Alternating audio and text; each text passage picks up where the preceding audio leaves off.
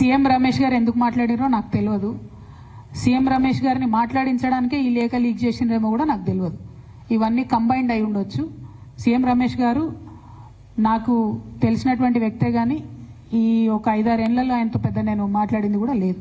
So ఆయనంతటా ఆయన బయటకు వచ్చి చెప్పిండు అని అంటే దీనికి నా లెటర్ లీక్ అవ్వడానికి వెనక కూడా ఏదో అవినాభావ సంబంధం ఉందని నేను భావించే పరిస్థితి వస్తుంది. నా దగ్గర ప్రత్యక్షంగా సమాచారం లేదు ఆ విషయంలో. కాకపోతే ఆయన మాట్లాడడానికి ఆధారం ఆ లేఖలోంచి తీసుకున్నారు కాబట్టి ఈ లింక్ ఏదో ఉంది అని చెప్పి నేను భావిస్తున్నాను. Thank you. కోర్టుకు ఆల్రెడీ పోయినాం బ్రదర్. 1, 2 నాతో పాటు ఇంకా కొంతమంది నాయకులందరూ కూడా చేస్తామని చెప్పారు. ఆ జాబితా అంతా కూడా మేము సాయంత్రం లోపల రిలీజ్ చేస్తాము. దాంతోపాటు ఒకవేళ కోర్టు పర్మిషన్ ఇవ్వకపోతే ప్రభుత్వం పర్మిషన్ ఇవ్వకపోతే నన్ను ఎక్కడ ఉంచితే అక్కడ, అవసరమైతే ఇక్కడనే కూర్చొనైనా దీక్ష కంటిన్యూ చేస్తా. అందులో ఏం అనుమానం లేదు.